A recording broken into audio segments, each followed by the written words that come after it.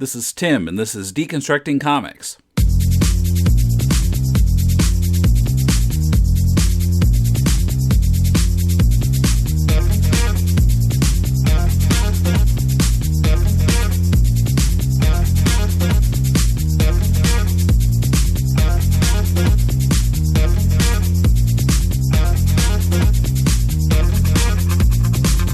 Welcome to Deconstructing Comics. This is Tim in Tokyo.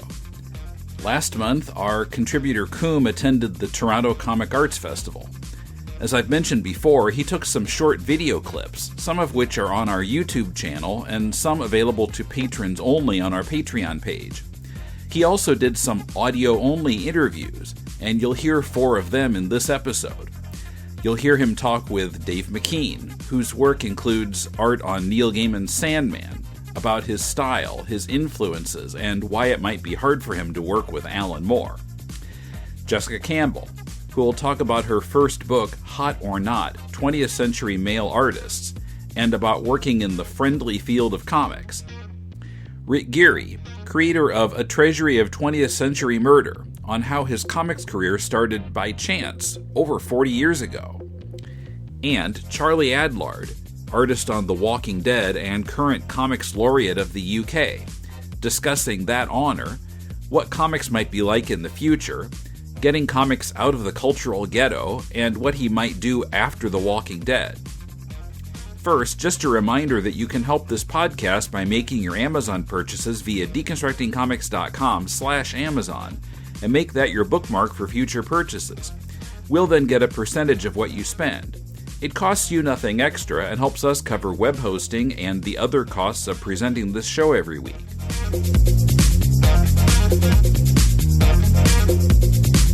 This is Koom for Deconstructing Comics at TCAF with Dave McKean. How are you? I'm very fine. It's been a really wonderful event, a great weekend. I'm so glad. You're a gentleman, I got to say. So if I could ask just a little bit about, I was surprised that comics was your first love. I thought fine art would have been your first love and you would have somehow drifted into comics through, I don't know, meeting Neal Gaiman, maybe the success of Sandman. But if you could talk a little bit more about what your early influences were. Yeah, no, it was very much the other way around. I learnt to read by reading comics. I was not a big reader as a kid. I like all 7-8-year-olds. I loved sort of adventure comics. Who said that. Yeah, quite. I loved adventure comics and superhero comics, Marvels and DCs and things. And then I discovered Warren magazines and the horror stories and a lot of South American artists. Then I discovered mainland European comics, heavy metal and Mobius and Dreasury and all of those guys, and then I discovered American independents and undergrounds, and so I just spread out. Hi there, it's 4:15 and the library will be closing in 45 minutes. Please start thinking about making your final purchases, and we'll keep you posted about the time, and thanks. Run out of script. And so I spread out from there and discovered all of these things, and then I went to, but I liked other things as well. But I went to art school, and that was my big growing up period, maturing period. Yeah. So so then I connected all the work that I loved, which was on album covers and book covers and comics and all sorts of things, with the people that inspired them, the painters and artists that through the centuries have inspired them. So my art school period was 4 years of being a sponge and just taking it all in. Did you have a certain moment where, like, your sense of normal or classical perspective and sensibility was shattered? Certainly, I went into art school liking realistic, figurative work, admiring very strong technique and things like that, and then discovering expressionism and impressionism and abstraction and all of these things that seemed actually so much more powerful, because you got to see not what people looked like as much as what they were thinking and what their inner worlds were. And you can paint a tree, but it's never going to be as good as a real tree. But you can paint how you feel about the tree, and that's when painting and drawing really comes into its own. So I discovered that in art school, and there were certain key artists that opened the door to that world, like Ralph Steadman and Jim Dine and Francis Bacon and people like that. Sure. And yet your work doesn't seem exactly like theirs. Are there any key figures that you really, like, I don't know, is Chagall an influence on you, or are there the color? Not really Chagall. Chile was, certainly. I think but his color is very desaturated. It's but I like desaturated colours. That's true. Some of your stuff is like that. And certainly his drawing has been a huge influence. I still think he's the best drawer of people. Right. And you can see his influence in a lot of illustrators' work, including friends of mine, Kent Williams and people like that, love Chile, and you can see that. Yeah, Kent Williams' stuff is gorgeous. He's brilliant, and he was an influence, and then the other people, in his circle, and so you connect the dots. If you see one thing in isolation, it's hard to make sense of it, but when you start to see it in a historical arc and how that particular artist's work has affected other people, it all starts to build a world that makes sense. I was telling your wife that I was in grade 9 when Arkham Asylum came out, and now there's a lot of stuff that's been influenced, and it's kind of similar, it's kind of painterly and, abstract and what have you, but when it came out, it was just so eye-catching because there was nothing else like it, especially not involving Batman or the Joker or whatever. And yet it seemed like your style was so fully formed too. Was it, or do you find that you've grown a lot since then, or that you've changed modes, or? There were a handful of other people who had come out of illustration or liked illustration and saw an opportunity to explore those techniques in storytelling in comics. So Kent Williams obviously was one, and George Pratt and those other people, John Muth and people who were in that little circle. Sure. There was Bill Sienkiewicz, who'd brought in a lot of influences of American illustrators from the 50s and 60s and 70s, like Bob Peake and Bernie Fuchs and those guys. So there were beginnings, there were people like that around. But I think all of those guys are still much more classically narrative oriented. Like maybe some of Sienkiewicz's covers were kind of more expressionistic. But even if you read like Electra Assassin, it was still very like story oriented. Sure. So I guess the influences that I liked were certain films I really loved. Yesterday I did an interview talking about the Quay brothers, and that was a huge influence. That whole world of Eastern European animation, poster design, painting, drawing,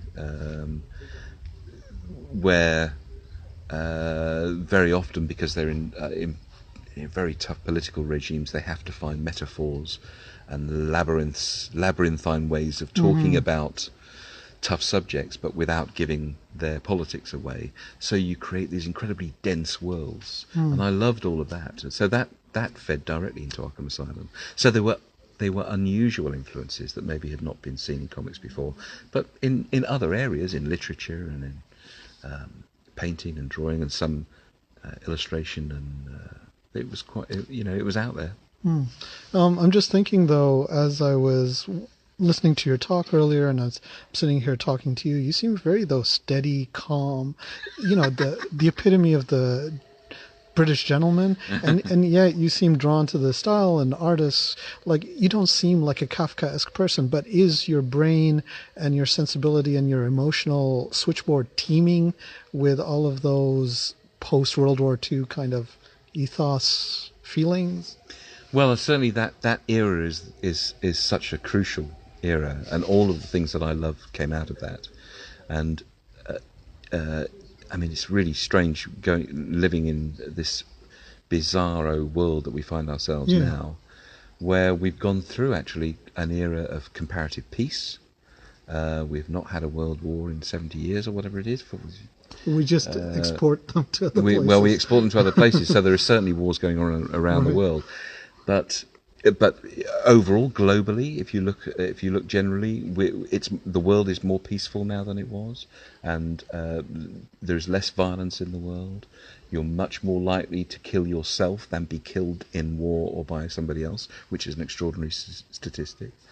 So we've been through that period, and yet now we're in this extraordinarily turbulent time. So maybe again, you will get a similar thing happening now that we saw in the beginning of the 20th century, where world events and the need to kick against those and express those come out in a blossoming of extraordinary work, angry work, stuff that is vital, not just decorative and placating and fantasy and all that kind of escapist stuff. Which is fine, it's fine, but something with more power and more personal commitment.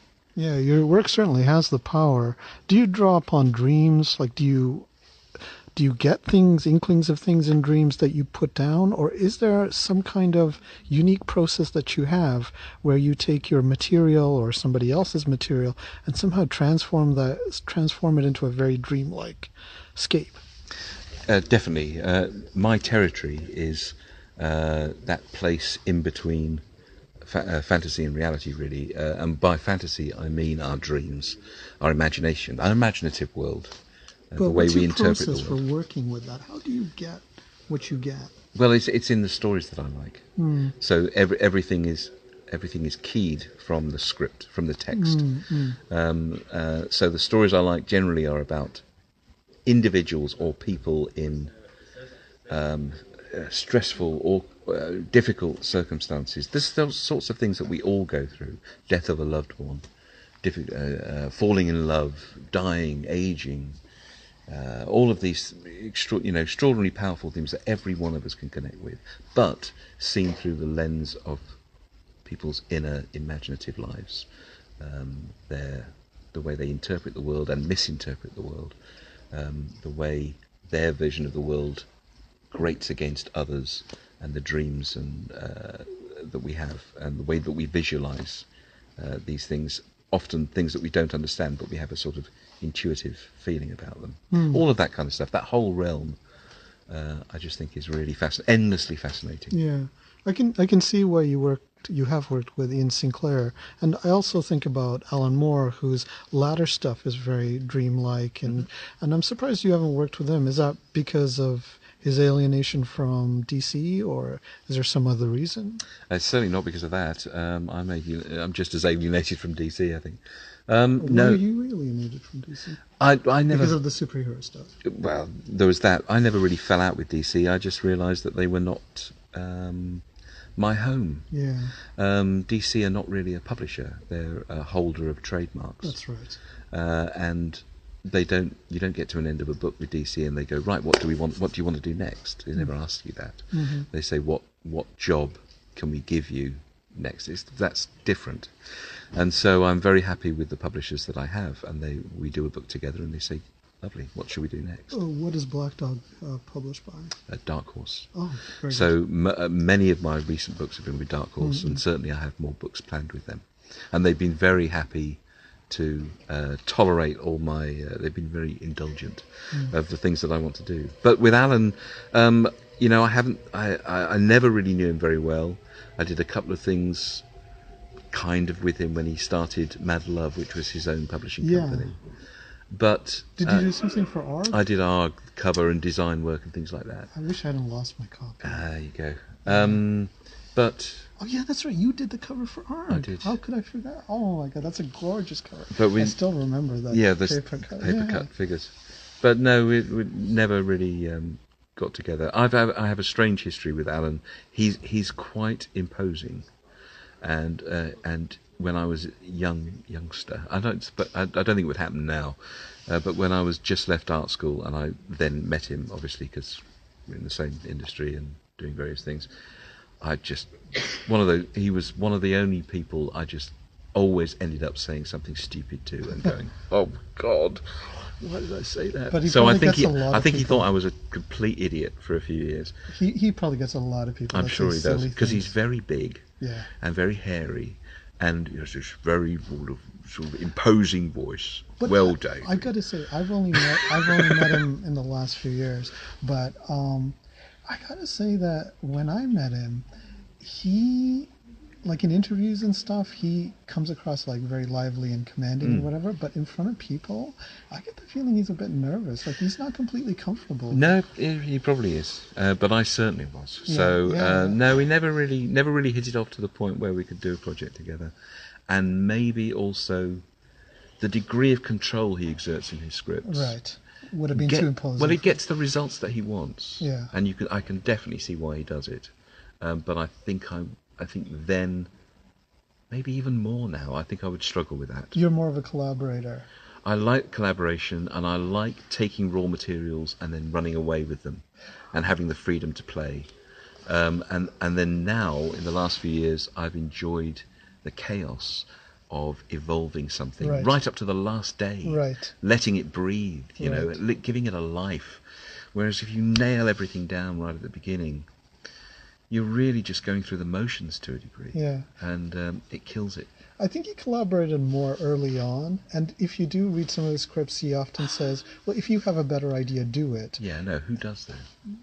Sometimes. that's a real, you know, here's a page full of description of one panel, and it's absolutely perfectly drawn. But of course, if you can think of something better, you do it. Who can? Come on. I always thought like you would have been a natural to take over big numbers from Sienkiewicz, but you know that's gone. It has gone, I think. Al Columbia took over, and you know how that ended up. I do know how that ended up. And at the time, I think I would have loved to have loved the challenge, because it was the script, wasn't it? It was the book to do. And also, I'm English. Yeah. And I think I would have drawn images that looked like they took place in England. Right. But anyway, just to come back to your own stuff, I just got to ask you, like, some of those images from Black Dog are still, like, how do you get that power? Like, for example, the Passchendaele pages, like the glowing ribs and the sense of being shot in a trench, and how do you get that? Like, you know, how do you get it? How do you stop it from being tried or like manufactured? How do you get that just raw, visceral, but beautiful luminosity, the light and the power? Is it paint? I don't know. Those were painted. Those pages were painted. There was a little bit of collage and a little bit of touching up in the computer, but they were basically painted. Each sequence had a feeling in the script that I thought was best expressed in a certain way. And as soon as you're in the trenches, that's paint, you know, that mud is thick paint. Yeah. And the costumes, those brown... I hired a costume to wear to shoot reference and stuff. And you put that stuff on, and I don't know how those guys moved. So it feels thick and claggy, and this is not a little line drawing, and it's not black and white ink. It's thick, grungy paint. And the glowing ribs? And the glowing ribs was done with... I took some colour photocopies. And so the blue you get from a colour copy machine is a glowing sort of cyany blue. Yeah. So I use that as a starting point and then build around it. And I'll just end with, I think by the time this finally airs, it won't be too far from your mounting of your wonderful interactive play. Everyone, it is 4:30, which means that TCAF will be closing in 30 minutes. TCAF is closing in 30 minutes. So please make your final purchases, visit your favorite exhibitors, and head towards the exit. Thanks. Have a great evening. Yeah, it won't be too far until your performances in Cornwall. So if you just want to speak about that, I would love to get the word out about that. I'm sorry I can't be there. I'll be there in August, but not in July. Yes, it's a project called The Wolf's Child. It was originated with Bill Mitchell, who was the director of Wild Works, which is an a site-specific theatre company. So they come to a place and they excavate the stories and people and history and geography and everything about the place, and they build a show around the place. So this takes place in the wood. You come along about 7:30 in the evening and are welcomed, and some crows start to tell you a story, and then you hike off through the woods for 2 miles, and this strange, slightly fantastical, anthropomorphic experience happens around you. It's basically about mothers and daughters and their difficult relationships, and the way that those feelings are passed on through the generations. And it's about the inner nature, the inner animal nature of us. And where specifically in Cornwall is it? Trelawan Estate, I think it's called. It's near Redruth, which is on the north coast of Cornwall. But if you look up Wild Works, The Wolf's Child, tickets are available now. And I think we're doing 20-odd performances, starting something like the 10th of July. Amazing. Thank you so much.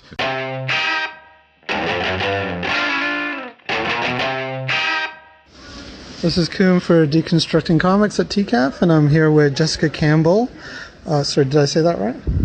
Who is the author, artist of Hot or Not, and she's up for which award at the Doug Wright? The Spotlight Award, or the Nipper. Okay, very nice. And this is your first book, if I'm not mistaken? Yes. Okay, so can you tell me a little bit about, did you go to art school? Did you intend to go into comics? How did you... Yeah, so I went to Concordia University for my undergraduate degree, and then the Art Institute of Chicago for grad school. For painting, I studied painting.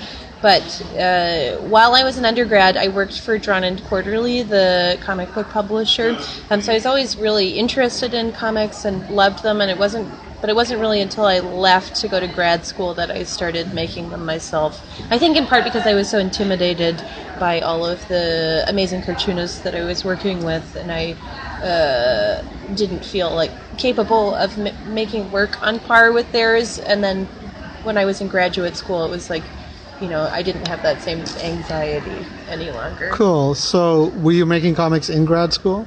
Yes, I made comics in grad school, and mini comics. I did a number of titles with Oily Comics, which is Chuck Forsman's micro press. So that's kind of where I started. And then I make kind of like 4-panel gag strips that I was posting with Comics Workbook, the Frank Santoro's comics school Tumblr kind of thing. So that's sort of how I got my feet wet in making comics. Okay, cool. And has it always been somewhat ironic or kind of, referential towards the art world, or? No. I mean, they're almost always funny. I think humor is really important to me and fundamental to how I operate in the world and the kind of work that I'm interested in. But I don't think any of the previous work was explicitly related to the art world. That's like, I work in an art gallery and went to art school, and so that's like a big part of my daily life, which is how it seeped into the book. But yeah, the other, I made a kind of a zine about bees, and the gag comics are more autobiographical or semi-autobiographical. Right. Are you working through any major influences, or how do you approach your style? Yeah, that's a very good question. There are so many cartoonists who I really love, and fine artists. I think Gary Panter is a big influence. I love Seth, the cartoonist Seth. He's like one of my favorites, even. Yeah, he's a little bit more dry, maybe, than some other cartoonists. I interviewed him recently. Yeah. I love Seth. I love Seth. I really love him. That's one of the craziest things about the Doug Wrights, is that he's designed this beautiful statue for it, which I covet. So Seth is a big influence. Linda Barry is a really, really huge influence. She's awesome. Yeah, I worked with her at Drawn and Quarterly, and she's I love her. And she's incredibly inspirational as a person, in addition to being a really great artist. And then there are fine artists like Mike Kelly and Raymond Pettibon. I really love, and there are all kinds of people who I also love, whose work isn't obvious maybe in what I'm doing. And humor, a lot of Lisa Hannawalt and Kate Beaton and Jillian Tamaki. Yeah, I was thinking of them, and I was wondering if you kind of considered yourself as becoming part of their, can't really call them a set or a movement, but a sort of time and place. Yeah, maybe. I live in Chicago, and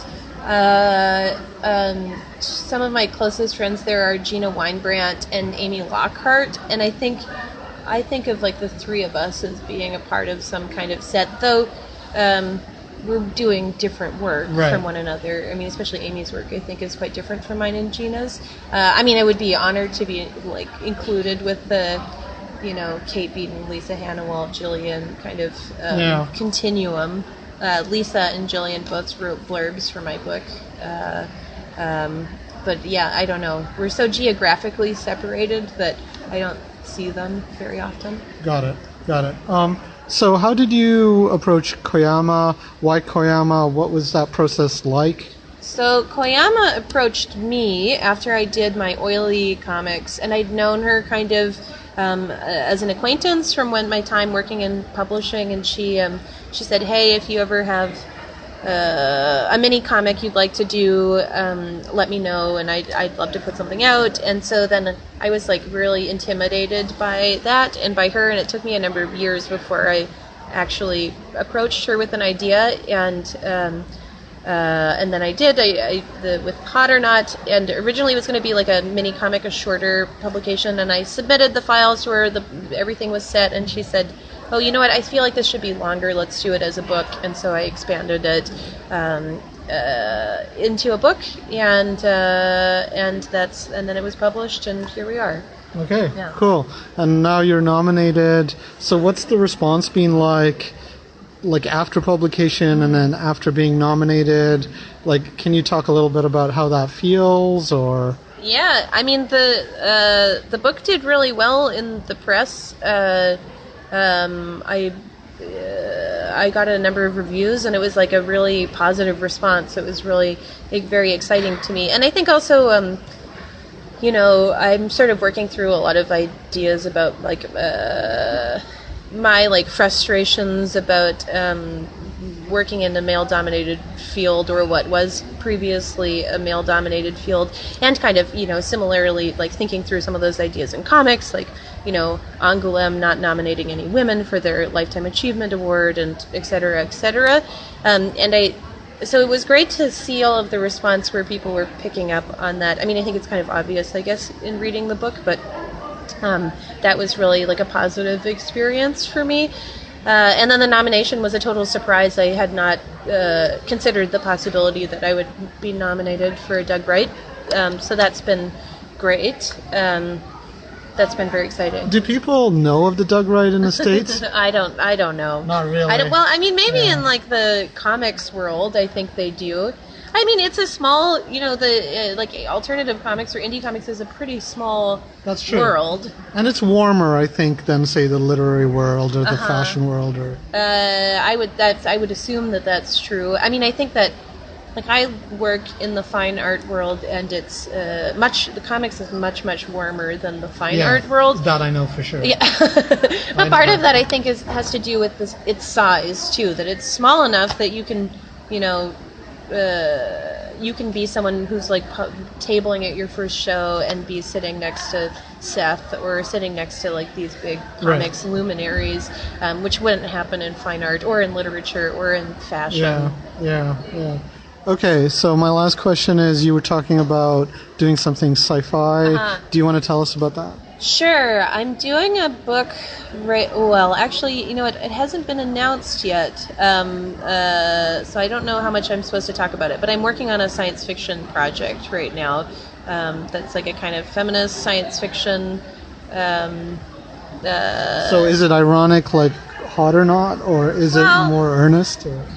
I mean, it's very fun. It's meant to be funny. Hopefully it's funny. I mean, I don't know if it's... I guess, I don't know if I think... I guess Hot or Not is ironic, but I don't think it's disingenuous, I truly love the work that I'm talking about. I was wondering that, because you were talking about your frustration with the male-dominated scene in both worlds, and I was wondering if you're... because I liked Hot or Not and I laughed, but I'm just wondering, is it mostly a critique of, high art and its values, and the male dominance of it, or I don't know, I guess, what are you working through, or what's your purpose there? Yeah, well, I mean, one of the kind of realities of fine art is that biography becomes important only when it deviates away from, like, straight white male, and then all of a sudden it's like those become, like, defining attributes, like this woman artist or whatever. Gender becomes very important when it's a woman making a painting, and it's not as important when it's a man making a painting. And part of what I wanted to do was just flip that around a little bit. And I also like the idea of throwing myself up against the canon that's, like, immovable. Me making fun of how Matisse looked isn't going to affect anything, except it seems kind of like it's kind of it's cheeky, or it undercuts the seriousness of right his enterprise. Right. So I'm interested in that kind of, like, subversion. And the sci-fi, is it more like a story? A longer ongoing thing. Yeah. So the sci-fi it's all comics. It's not like, Hot or Not has, like, a single image per page on most of the pages with text. This is like a straight comic, like, graphic novel narrative. Yeah. It is, like, funny. There's a lot of humor in it. And I like Star Trek and science fiction, but I'm not an expert, and so I've just sort of, like, given myself license to put these characters in space. Cool. Well, good luck with the award today. And thank you. The rest of the show. And is the sci-fi thing going to be from Koyama, or?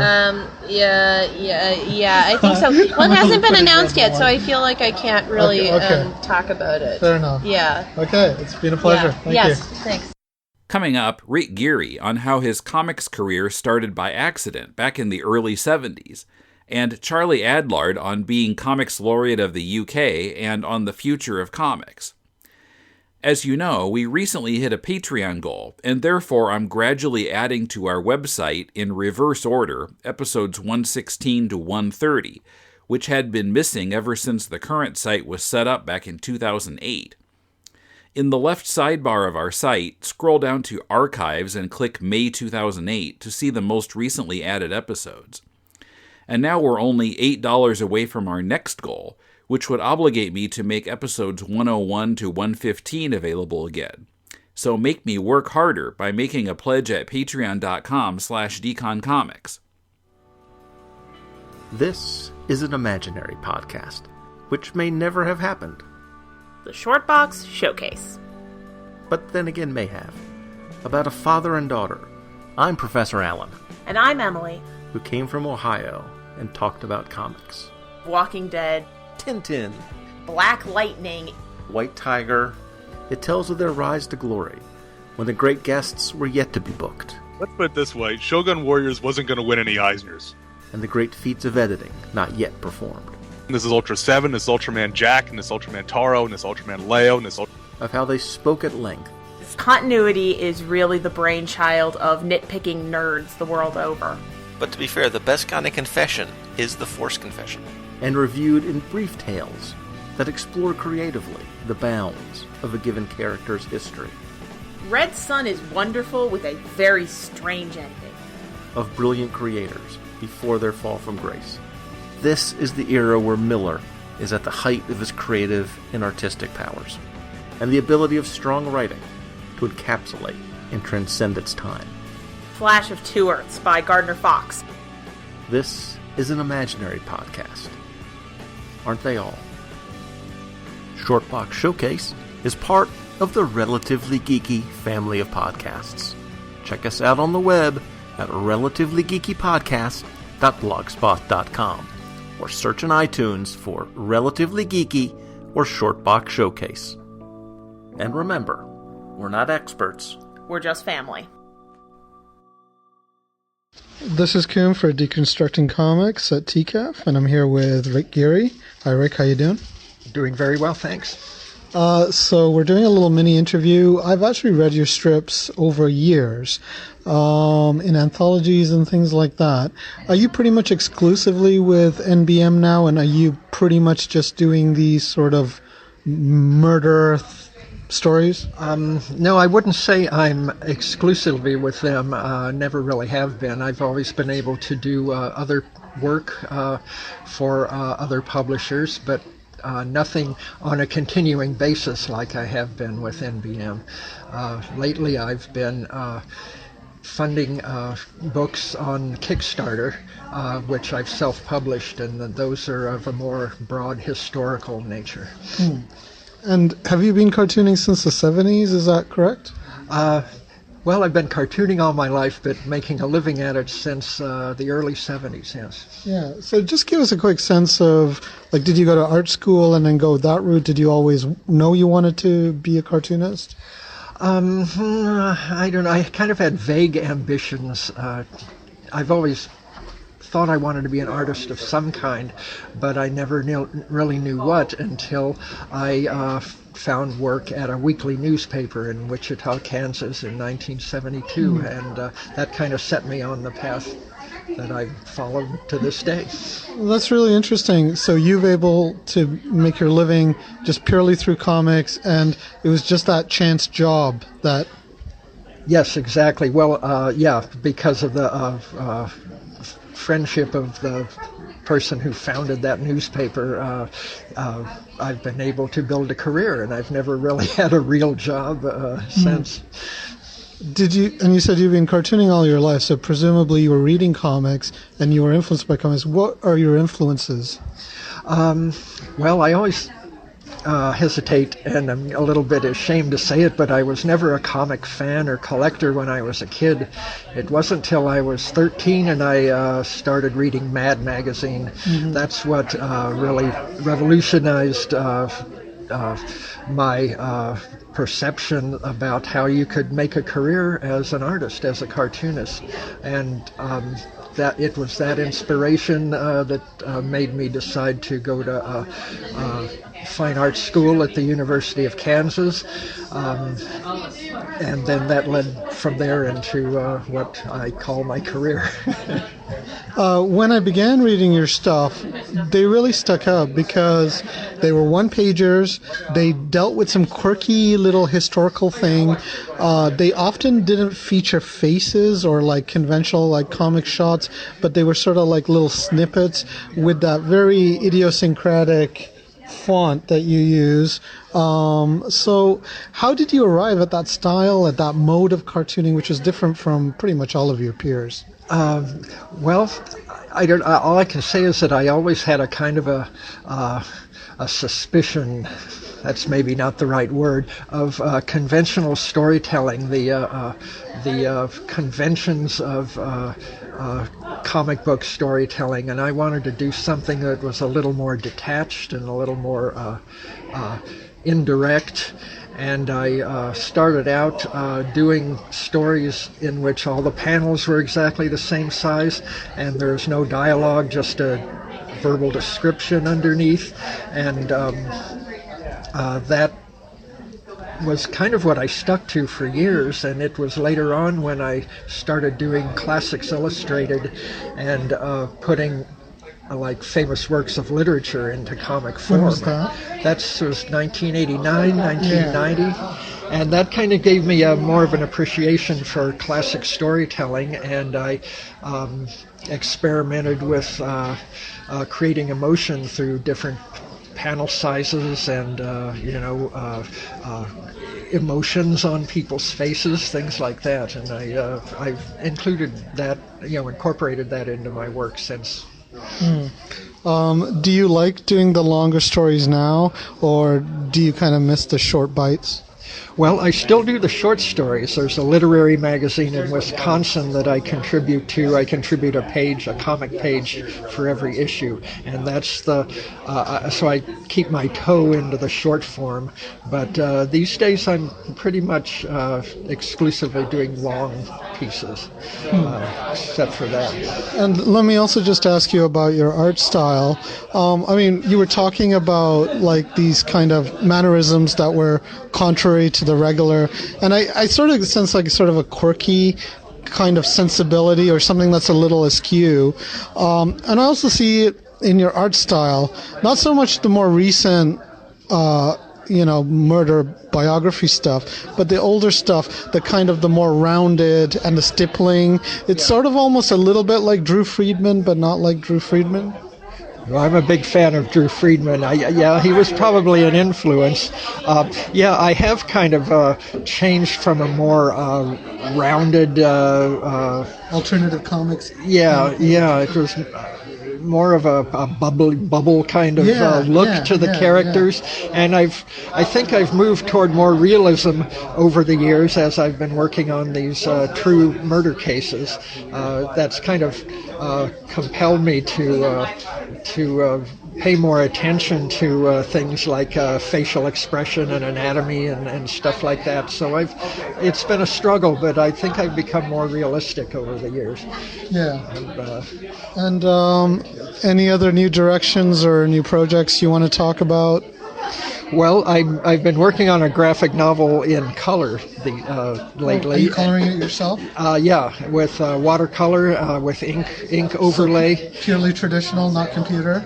Oh, purely traditional. Yeah, I'm still not. I'm not anything but clueless when it comes to computers. I just am more of an old-fashioned guy.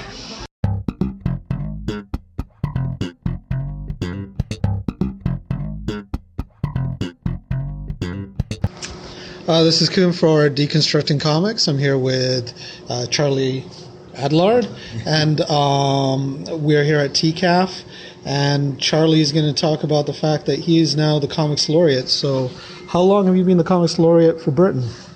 A mere few months. I was given the role in October last year, but I didn't officially take over from Dave Gibbons, the previous laureate, until last February, just gone. So this is my second appearance. The first was in Birmingham to some teachers and librarians, sort of a 2-session appearance, and then this one at TCAF. So it's gone really well so far. Were you surprised? How did the invitation arrive, and what was your thought process? I was really surprised, actually, because it's interesting that the role of the Comics Laureate so far has been given to 2 artists. Even though Dave writes, he's more commonly known as obviously the artist on The Watchmen and his artwork rather than his writing. And obviously I don't write at all, so I'm an artist. And in this day and age of very vocal and very sort of prominent writers, where you could argue that the comics industry in the States anyway is very much writer-led at the moment, it's great that the role of the laureates be given to 2 artists, because I suppose you could argue that we are the vocal minority. You could argue a writer is generally more erudite and can probably speak better than an artist. Us artists are the quiet ones that just get on with the job. So it was from that perspective, it was a genuine surprise that they asked me to do it. Obviously, I'm under no illusions. One of the reasons is because of The Walking Dead and because of its popularity. You've got to go with something popular to get the people in. Got it. But once you've got them, then you attack them. Do you find that people do recognize you immediately because of The Walking Dead, or do they go, oh, that's the comic book that inspired the TV show, and you're the drawer of that? And then how do you use that to spread your message about comics?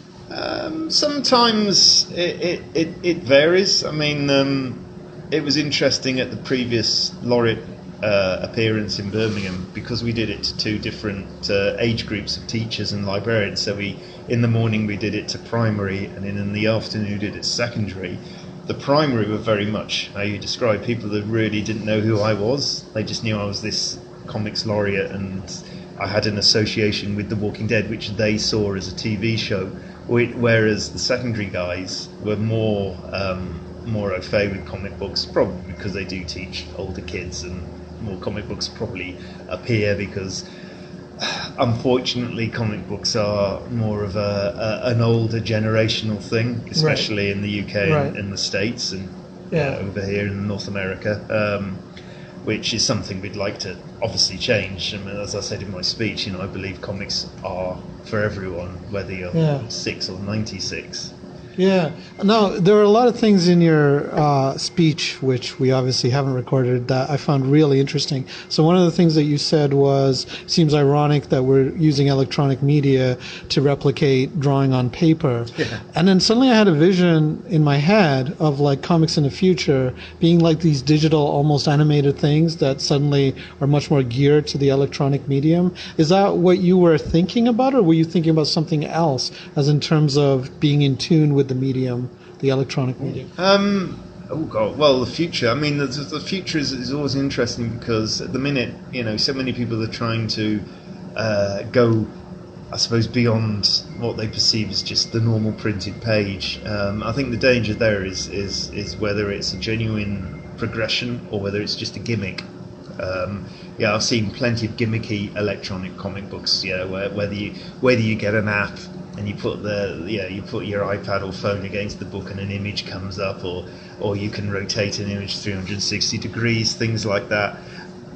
It's all gimmick. It's all it's fun. It's fine. I'm not moaning about it, but it's nothing that's going to take the medium forward. So, I don't see comic books as becoming some sort of different thing. It's like it's almost saying, the written word, novels have never changed over, centuries. It's still, basically, if you want to get the real thing, it's still a bunch of paper, stapled together or glued together in between two covers. But words are more abstract. They're more ephemeral. Yeah. And in terms of style, like if you look at Trainspotting versus Dickens, it has changed significantly. It's changed style. I'm just talking about technology. Format. Technology format, that hasn't changed. Okay, the printing process has changed and everything. Sure. No, I get what you mean. It's still word. What can you do with words on their own in terms of actually creating something new out of them? In terms of with comics, yes, you've got the visual side. So you're primarily talking about the visual side because you can't really change the written word in terms of technology. Right.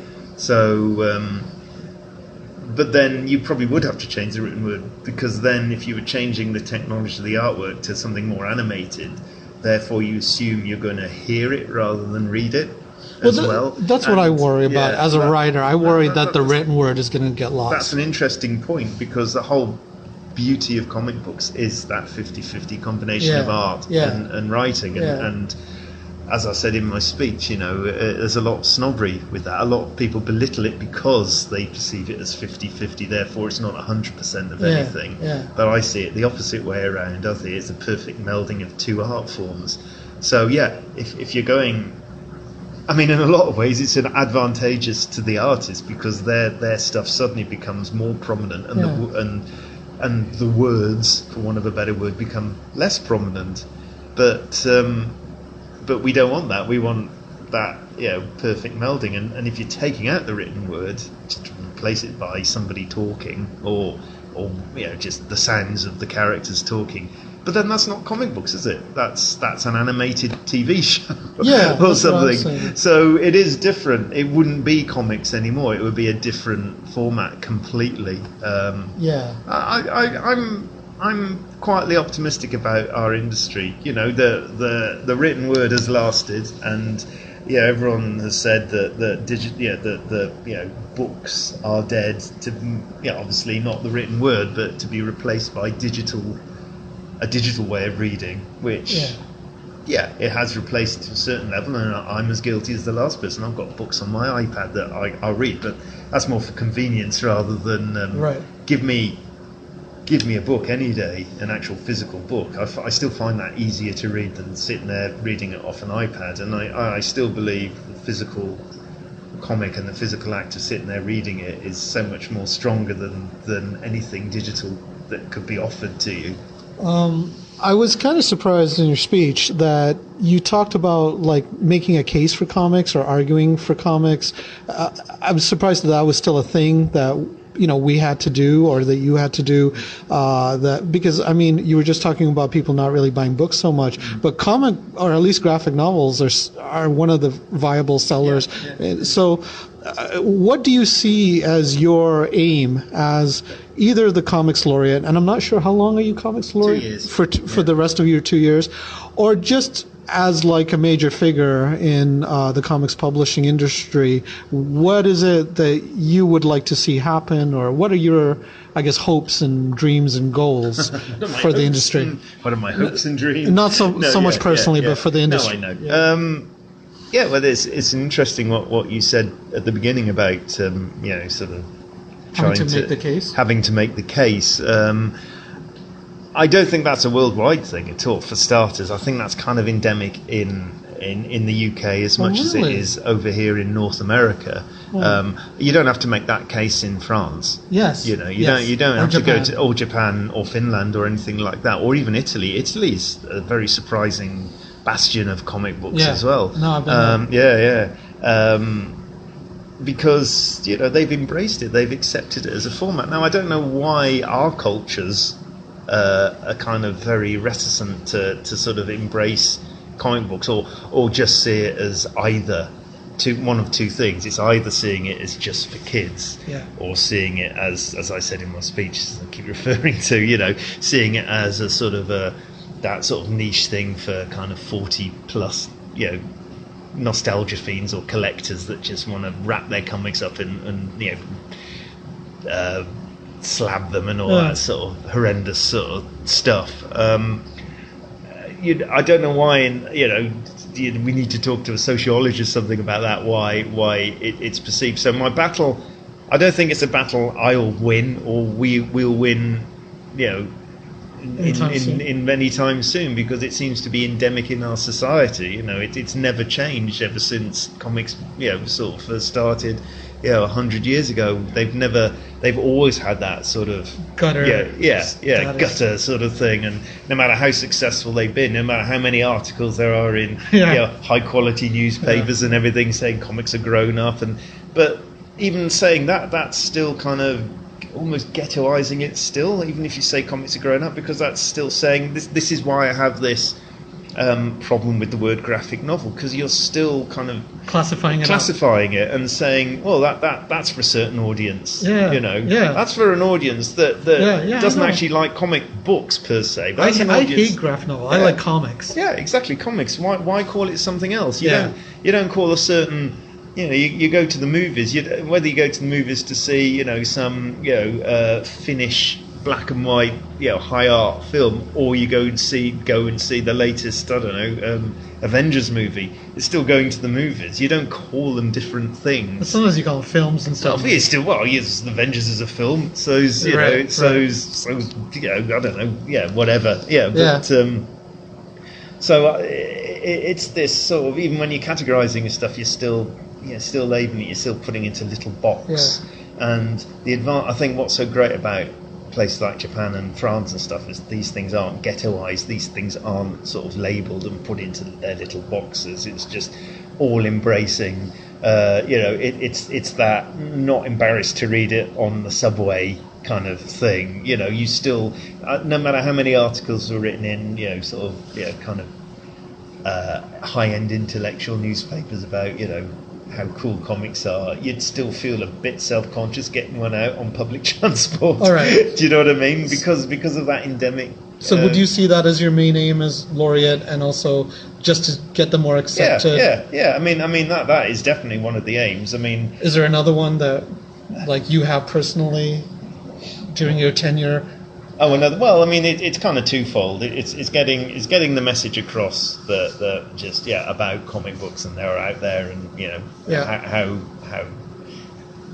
the variety of books out there, and trying to unghettoize the image of comic books. And the other, that's kind of, I suppose, 50%, or the other 50% is trying to sort of talk to the guys that I've just talked to in that audience, librarians, teachers, trying to sort of talk to them about comics as literacy, how they're a great way of an educational tool, and how teaching kids to read, especially, quite often, especially kids that have reading difficulties, like I described my son, a great way of getting them to read is to read comic books. It's the perfect kind of tool for especially a dyslexic child. It's more directional. You can work out, by the pictures, you can work out the story without having to read a book, and it's so much less. What's the word? It's a printed page to a dyslexic child is really intimidating.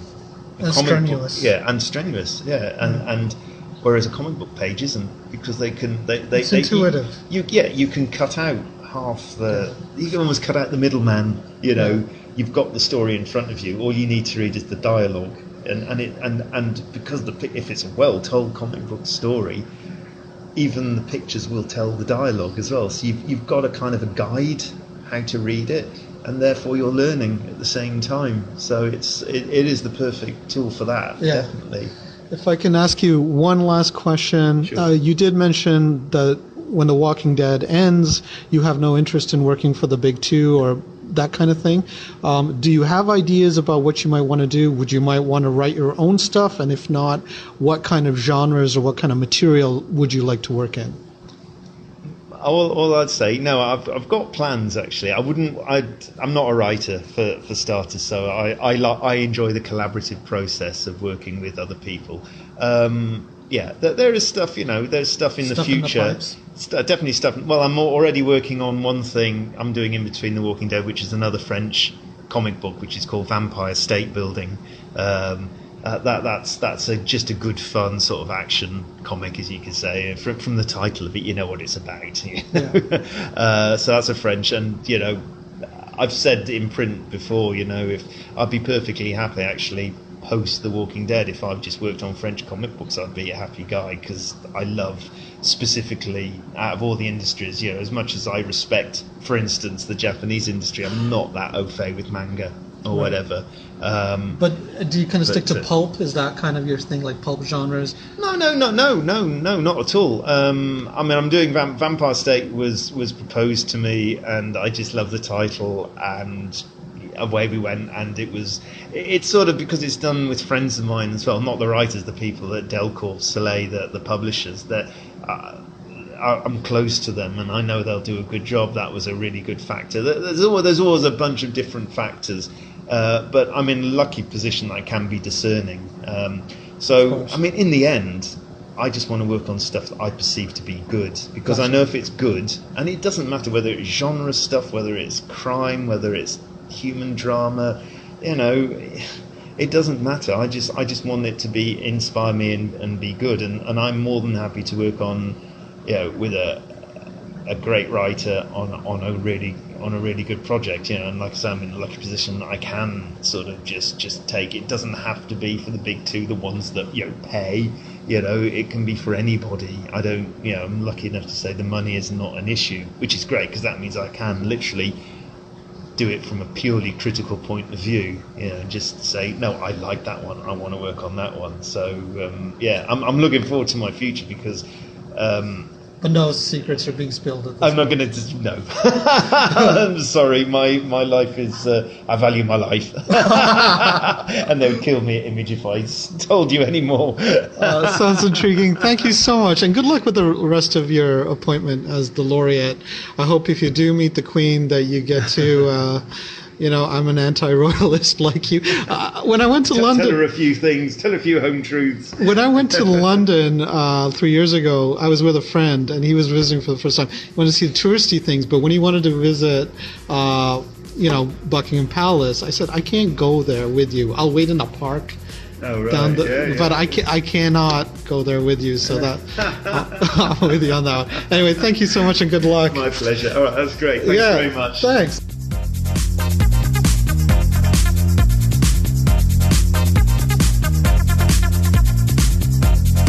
Check the show notes for links to the sites of the creators Koom interviewed. I'm planning to be in the U.S. this summer, in late July, early August. For sure I'll be visiting family in Iowa, but naturally I also want to do some podcasting while I'm in North America. I'm looking for suggestions. What would be a good comics event for me to cover? What is a good comics town I should visit? Portland, Oregon is on my radar. Who should I try to talk to? Write me at mail@deconstructingcomics.com with your ideas. Deconstructing Comics is on Patreon, Twitter, Facebook, and YouTube. All our social media links can be found on the right sidebar at deconstructingcomics.com. Also, please give us a review on iTunes or Stitcher. Our theme is from bensound.com.